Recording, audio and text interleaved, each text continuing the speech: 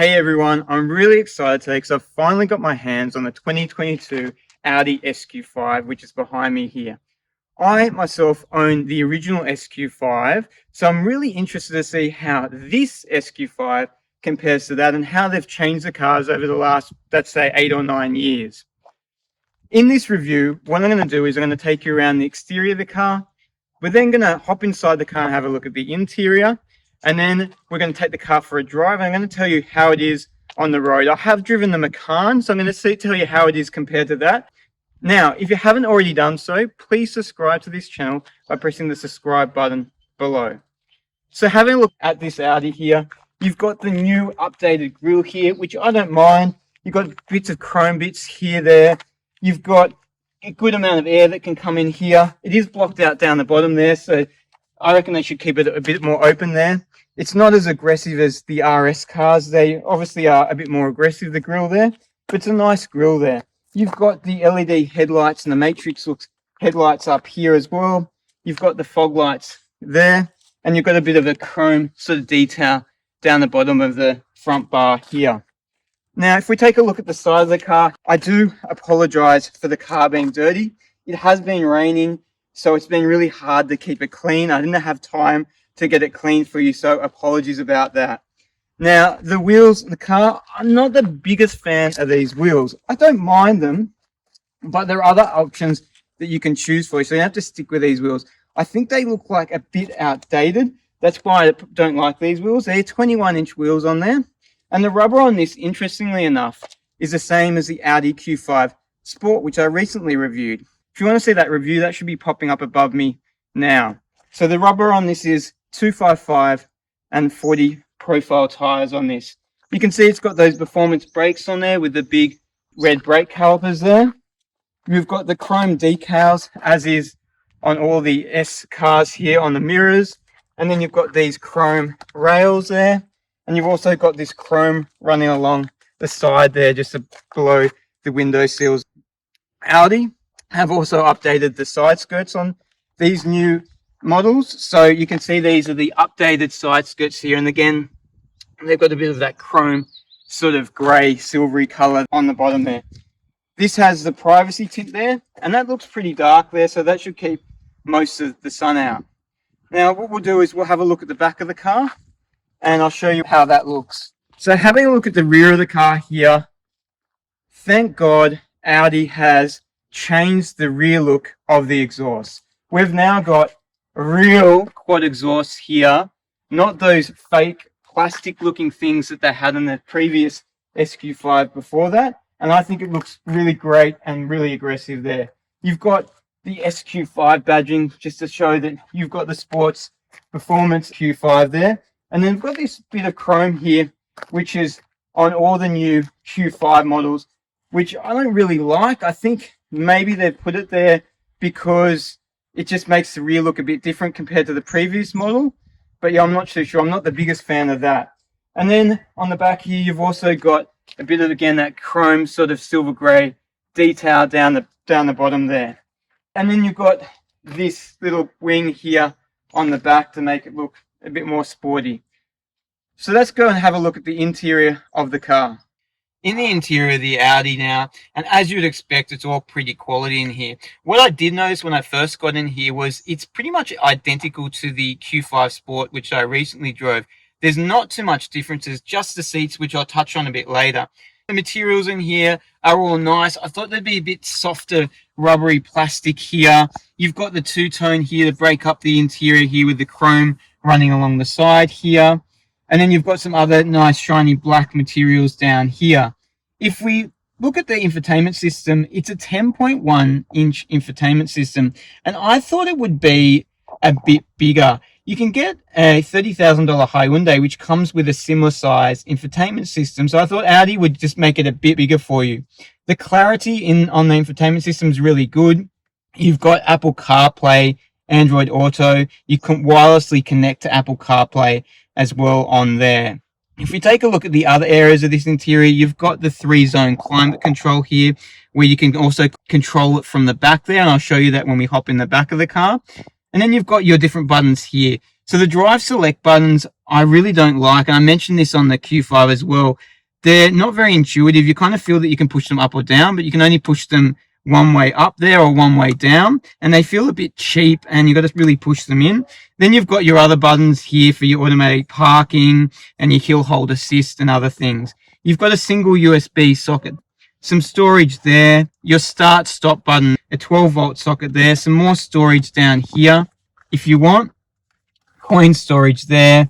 The infotainment system is also touchscreen, and they've gone away from the MMI scroll button, which was usually down here. The gear stick is also pretty nice to hold. It's a new gear stick. It also feels quality there. In terms of everything's put together nicely, there's nothing moving or nothing rattling. You've got another area for storage here. This is where you probably think that the wireless charging would go, but it doesn't come standard with wireless charging, which is a surprise to me there. If you move this back, you've got some cup holders here as well. And then you've also got a mini USB socket down there. So those that have got a newer phones, that's where you'd be charging your device. If we have a look at the seats here, you've got perforated leather here. It's very good quality leather. And this is where it's different to the Q5, because the standard Q5's just got the basic leather there, and you've also got this S logo there. I'm surprised they didn't put the full SQ5 logo there. I'm not sure why they didn't, but that's sort of a common theme in this. There's not much that's obvious that it is an SQ5 when you hop in the interior here, because there's no labeling showing that it is. So what I'll do now is I'm going to show you the virtual cockpit, and we'll see what options that's got. So this is the Audi virtual cockpit in the SQ5, pretty much the same as the virtual cockpit you get in the standard Q5 Sport. You've got 3 different configurations. So you've got this configuration here, which shows the tachometer on the left there and the speedo on the right. And then you can have a few different views and ways that you want to look at that.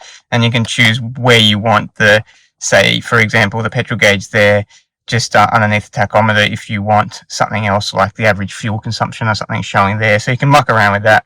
You've then got this S Performance view, which I'm showing you now, which is a bit different with the tachometer there. Again, you can just play around with the views in there if you want to slightly see a different view at all. And then you've got the dynamic view, which I'm going to show you now, which is my least favorite view. It's got the tachometer there on the left and a very basic speedometer there on the right. Again, you can just change the views, see different things as well. And in the settings, you can muck around with the settings and then choose where you want what things showing in there. Pretty much identical to what you get in the standard Q5. So no different displays, which I thought's a bit strange. I thought being the SQ5, you might get some different looking displays, or at least more of a SQ5 logo somewhere or something like that, but you actually don't. It's all pretty much the same. If I take you out to the steering wheel, you can see it here. It's pretty much identical to the standard Q5 again. You've got the S badge here. You've got some chrome here. It actually doesn't feel too bad. It's nice feeling chrome there. But besides that, all the other buttons are the same. You've got your controls here, which I was controlling the trip computer with. You can change your views there. You can choose what you want to see in those views.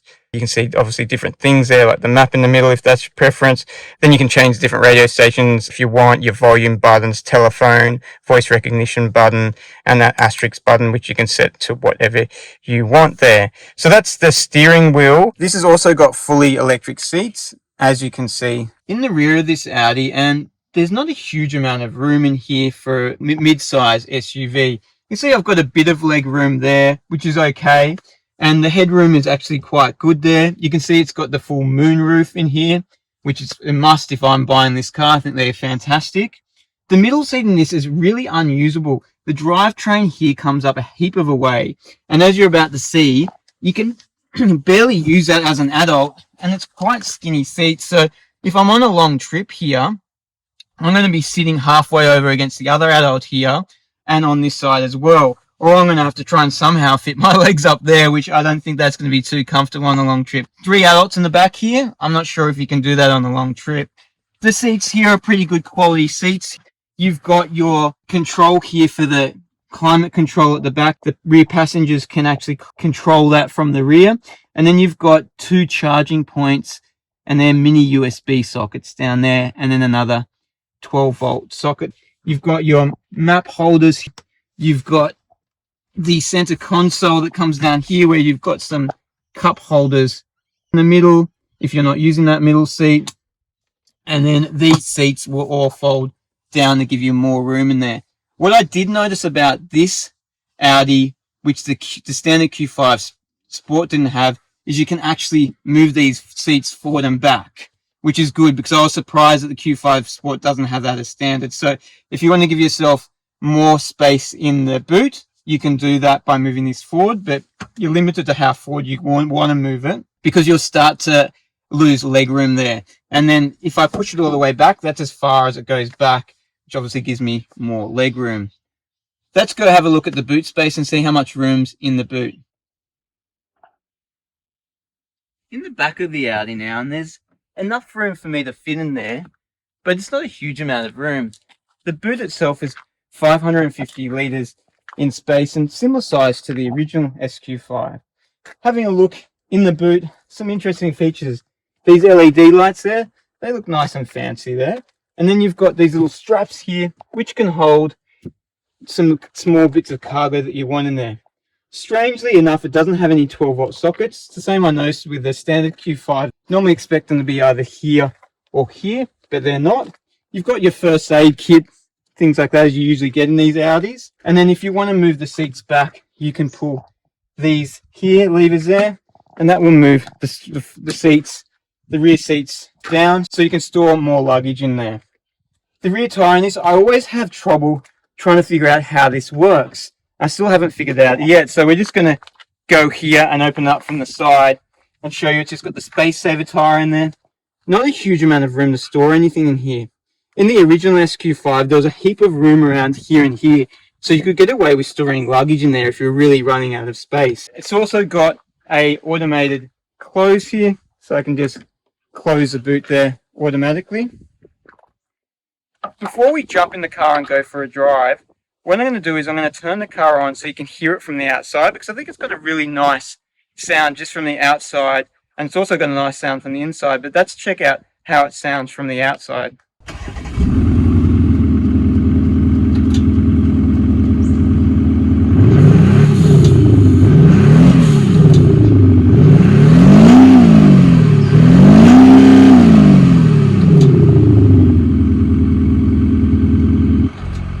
Driving the Audi now and getting in it, you can get comfortable quite easily. But what I did notice is that it's not as intuitive as I would like it to be.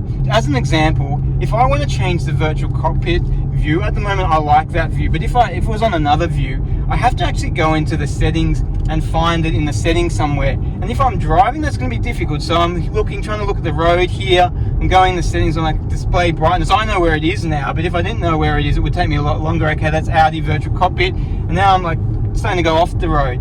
So really, you'd want to stop the car to have to change that. And for something so basic, you just think that put it on the steering wheel, you could switch around with it quite easy. So I'm not sure what they were thinking in terms of how to use that. The other thing is Apple CarPlay. In some cars, when you plug in Apple CarPlay, a little widget pops up and says, are you ready to connect to Apple CarPlay? You say yes, and then it connects you straight to Apple CarPlay. But with this, again, you've got to go through a few different menus to get it showing. So that is a bit annoying. In terms of the ride quality of this car, it's really good. The first SQ5 that came out, when they reviewed it, they said, it's a great car, but you really sacrifice the ride quality because it is 30 millimeters lower than the standard Q5s, and especially if you went for the 21-inch optional wheels on that first SQ5. But with this, the ride quality is as good as the standard Q5 Sport I drove a month ago. Maybe if I jumped in that, then jumped back in that, I might find a bit of a difference. I don't know, but from my recollection, they ride pretty much exactly the same, which is fantastic, and they've obviously done a really good job with tuning the suspension. If it does really bother you at all, you can option the adaptive dampers on this, where it would even give you more comfort because you could go through the different dynamic modes and it would adjust the dampening of those springs even more for you. Sound deadening on it, I'm driving at about 80 kilometers an hour now, and you can hear there's not too much noise in the cabin. I am in dynamic mode, so you can probably hear a bit of the growling. So if I accelerate now, you can hear that exhaust a bit in the car. Handling of this car, It does handle obviously very good being a performance model, but it isn't that big a step up from the standard Q5 Sport. I thought it would be a bigger step up than it actually is. It does sit flat on the roads and you can feel confident throwing it into corners at most speeds. You wouldn't throw normal cars in the corners, but it definitely doesn't handle as good as the Macan GTS that I drove somewhat recently. The Macan would be definitely a better handling car than this, but don't get me wrong, this still handles very, very well for a mid-size SUV. Fuel consumption, this being a diesel, its fuel consumption is really good. Audi says it's a combined 7 litres per 100 kilometres, and I've been driving this mainly on highways, but I have been testing acceleration and things like that out, and I've been getting around that 7.1 mark, so they're pretty spot on with that, and you'll get over 1,000 kilometres to a tank of fuel in this. It's got a 70 litre tank, which is a bit smaller than the original SQ5, which had a 75 litre tank. The stereo system in this, it's a 19 speaker stereo system. When I read that, I was like, wow, 19 speakers, do you need that many speakers in a mid-size SUV? I was trying to figure out where they put all those speakers as well, and I was just looking at the front here and I can see 1, 2, 3, 4, 5 there, so that's 10 speakers in the front, and then you've got the subwoofer here, so that's 11 speakers just in the front here. It's a Bang & Olufsen sound system, which does now come standard with the SQ5, and that's a fantastic system. The only thing is, I've got the Bang & Olufsen in my original SQ5, and that's only got 13 speakers, and I really didn't notice too much of a difference between the quality of that system and this system, even though they're both brilliant systems. Maybe the clarity is just a bit more quality in this system. The gearbox on this is fantastic. It's as smooth as a dual clutch gearbox. It's an 8-speed torque converter gearbox, but it's so smooth. It was smoother than a lot of double clutch gearboxes that I've driven. It's really enjoyable to drive like that. The other thing I really liked about this was the start-stop system. So we might just stop the car now, and hopefully it's got enough charge in the battery to actually switch itself off. So the stop-start system, I've just made it stop here for me. So what we're going to do is I'm just going to show you how it starts up, and you can hopefully see and hear from the video how smooth it is. So I'm taking my foot off the brake, and you can't feel anything. It's started, it's been very responsive, and you just go off. It's a brilliant start-stop system there. Performance of this car. So this car's got the very, very good 3-litre V6 diesel engine in it, and it's a fantastic engine. It was in the original SQ5. They went to the petrol engine after they brought out the original SQ5. In America, actually, they had a supercharged version of this in the original petrol engine in the original SQ5 if you're in the US, but everywhere else got that diesel engine in there. But then they moved back from petrol back to the diesel engine, and this is where I think it belongs in the SQ5 here. So now they've updated the turbos in it. It's still a twin turbo, but they're putting an electric compressor in the turbo to help it spool up quicker, and you can actually hear that compressor at low speeds if you're outside of the car. They haven't changed the output that much from the original SQ5, so this new one puts out 251 kilowatts and 700 newton meters of torque, which the original one came out with 230 kilowatts, and they bumped it up for the SQ5 Plus to that 250 kilowatts anyway, and started at 650 newton meters of torque, and they bumped it up to 700 newton meters of torque.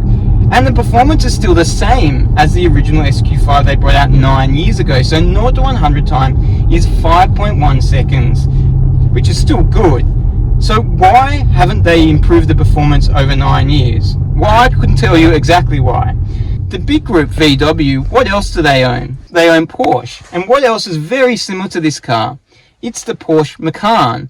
If they make this any faster, they're going to start stepping in the Porsche Macan's market, and they're going to start taking the market value out of the Porsche Macan. Unfortunately, this Audi might be stuck at not getting any more performance because it's going to step on its more expensive brand Porsche and the Macan, and they'll start taking some sales out of Porsche. So that's why they haven't really improved the performance of this, because when they originally brought out the SQ5, the Macan was sort of just an idea. It did come out about a year after it, but they didn't know how well it would sell, and it obviously sold a lot better than they expected. And then they were like, okay, well, how do we place the SQ5, which sold very well as well for them, and the Macan together? So what they've done is they've kept them on different performance sort of layouts. The brakes on this car are really good. They pull the car up really well, and if I'm comparing it to my original SQ5, they also feel a lot more stronger, and I guess being a newer car, you'd expect that. So we'll just do a brake now, just so you can sort of visually see how quick it brakes. So you can see we're doing 80, and this pulls the car up quite quickly, and you always feel confident on those brakes. So what we're going to do is test the acceleration out. I might just make sure it's in dynamic mode here. I think it is, because it's been in dynamic mode the whole time. It's actually in individual, that's why it wasn't turning itself off before. So I'm in dynamic mode there. So this does have launch control, but it doesn't actually actively tell you that launch control's kicked in. So for those that don't know, to activate launch control, you really put your foot really hard on the brake, as hard as you can. You put your foot straight down to the floor on the accelerator and let it go up to 3,000 revs, and then you drop it. So it's dropped it like that now, and you can feel that acceleration there. It feels quite fast. And what I like about this is, compared to other diesels, it doesn't actually lose performance at the higher revs that much. So with the original SQ5, which I own, once it gets over about 3,500 to 4,000 revs, it starts to lose performance. So you're better off actually changing gears than continuing to redline at about just above 5,000, about 4,500, which this red line's at. Which is, so this, I think, is probably helped by that electric compressor. What the other thing I've noticed about it is, my original SQ5 is a bit slow off the line if you're not using the launch control. And they didn't advertise that the original SQ5 had the launch control, but it does, and works exactly like I just launched this. But what I find, if you're not launching the original SQ5, it's really slow off the line. So if we just launch this again, but without using the launch control, maybe you'll see in the video that's still pretty responsive off the line. So I'm just going to stop here, and then I'll just accelerate. And it's got a bit of a hesitation, but not much. And then it, again, quite well. And again, on those higher revs, it still keeps them pulling. You could probably hear the engine sound. It sounds really good. At the higher speeds, it actually starts to drift out a bit. I don't know whether that's just because of the other noises around you, but I just find it sounds more beastie at lower speeds there. So performance wise, it's a really good engine. It's still very quick, and you can still have a lot of fun with it, even though they haven't really changed the performance for the last 9 years.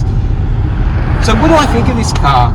Well, as I said at the start, I was really keen to see how this is compared to the original SQ5, because I own that, I've owned it for quite some time, and I love that car. I really like this car. The only thing that would stop me from buying this car is the Audi, that performance. I would love Audi just to make it a bit quicker. I would go out and buy it straight away if they just made it a bit quicker, because as I said, I've still got the old one, and it's like, well, they're the same speed as the old one that was 9 years old. The things I don't like about this, I think that they needed to make the interior a bit more specialized or unique for the SQ5. It could be that I could be inside the Q5, to be honest. If I didn't look at the seats, then I would just think I was inside the standard Audi Q5. So I think even maybe having like a specific SQ virtual cockpit menu would be good, or maybe some badging around here or a different color here, just to sort of identify it a bit differently than the standard Q5s. Other than that, there's not much else I didn't like. It's a really good car. So fuel consumption is awesome, and this diesel engine, it doesn't feel like it or sound like a diesel engine at all. And if I don't want to hear that sporty side, I can just go into drive select here, and I can put it in comfort mode there, and I'll just bring it at that. So say I don't like this. Actually, that's another thing I don't like. This drive select buttons there, they're annoying. So I put it in comfort mode. The ride will get a bit more smoother, and then that's a bit more quieter in the cabin. The handling on it is good, pretty much comfortable to drive. I was really happy with the ride quality. That's the one thing I really liked about this, that they haven't sacrificed ride quality to get that good handling in the car. So would I recommend you buy it? 100%. If you're happy with the performance figures of this, just go out and buy it. If not, maybe take a Macan for a drive. The fuel consumption is not going to be as good, but it will be a bit quicker, and it is more performance tuned. As I said, the handling's a bit nicer and it's a bit more sharper in other things. And actually, one of the other things I didn't like so much was in comfort mode, the steering wheel is very light, so it's not that responsive, especially at higher speeds on the highway. When you're going over about 100 kilometers, it's really light. When I put it in dynamic mode, it becomes more responsive and intuitive, but it can get a bit boring because it's so light on highway speed, so that's another thing. Anyway, I hope you enjoyed the review today, and if you did, or if you haven't done so, please subscribe to my channel by pressing the subscribe button below.